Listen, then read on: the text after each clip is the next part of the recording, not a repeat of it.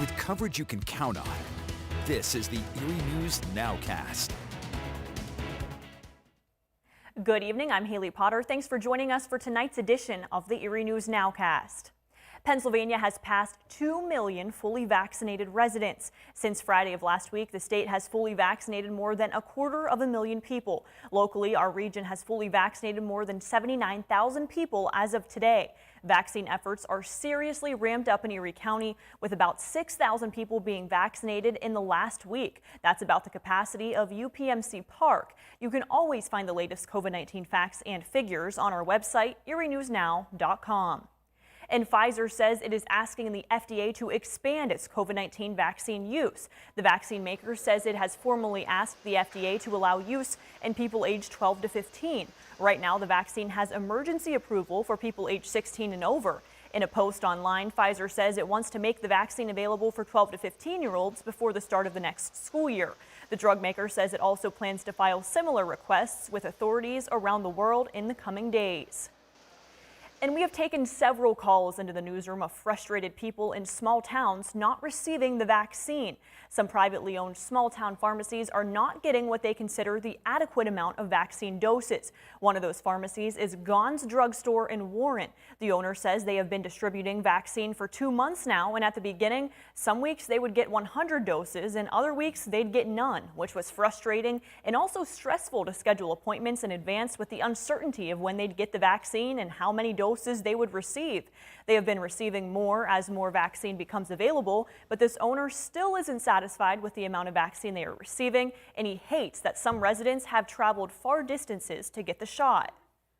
We've had people that we've called and said, you know, hey, we can get you on our list now, and they've said, well, we were worried we weren't going to get it, so we drove all the way to Williamsport. We drove all the way to Pittsburgh to get it. And, you know, these people can barely, you know, leave their house to go to the grocery store or go to the pharmacy, and then that they're getting the car to drive hours away twice to get a vaccine.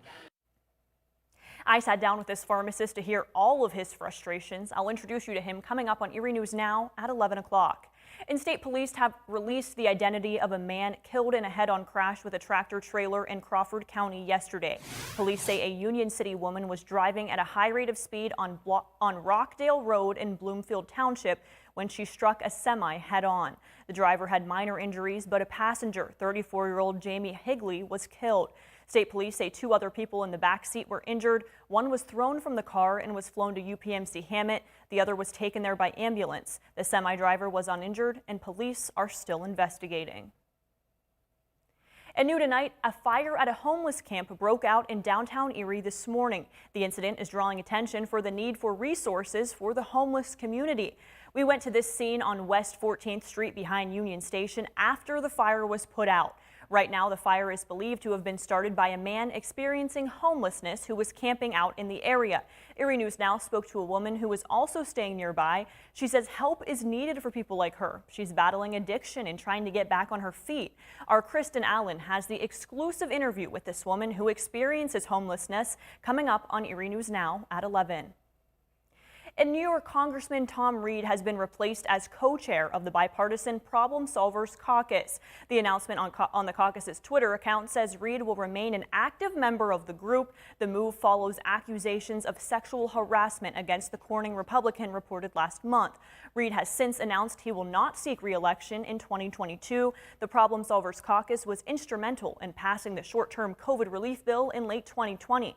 Pennsylvania Republican Brian Fitzpatrick will replace Reed as the GOP co-chair. And Allegheny Health Network is honoring organ donors in honor of Donate Life Month. The hospital held a flag-raising ceremony this morning at St. Vincent Hospital in Erie. Hospital leaders were honoring people who have given the gift of life. All month long, hospital leaders are calling attention to a significant need for organ donors. And Mercyhurst University is planning to purchase the Sisters of Mercy Mother House for student programs. The university plans to use the facility for nursing and allied health programs on campus. The sisters currently living in the building will move to the east side while programs are in place. Classes will begin in 2022 at the facility in order for allowing time for building renovations. University leaders say the sale is part of a larger partnership with the Sisters of Mercy that has lasted several decades. The Sisters of Mercy have space in the Mother House, and we are in need of space. So we are working on the relationship that we have had for all of these years and utilizing that space that's become available as we need it. Renovations to the Mother House are expected to begin in a few weeks. If you're looking to hit the links this summer, the J.C. Martin Golf Course is opening up membership. The City of Erie says it will conduct a membership sign-up event tomorrow, which is Saturday. Season memberships will be available for purchase between 10 a.m. and 2 p.m. The city owns and operates the 9-hole golf course on Shunpike Road. That's right next to the zoo. We have more information on pricing and hours on our website, erienewsnow.com. The 2021 Formula Drift Championship Pro Series will make a stop here at the Lake Erie Speedway this summer. The event features 1,000 horsepower cars in various races. The competitive series will debut its event July 9th through the 10th. Formula Drift was established on the streets of Japan and has evolved into a global competitive sport.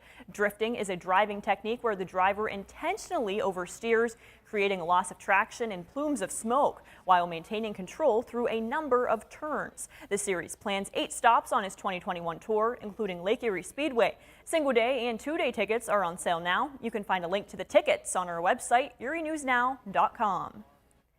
Thanks for joining us for the Erie News Nowcast. Join us for our next news at 10 p.m. on the CW and 11 p.m. on WICU and WSEE. Have a great night and a great weekend.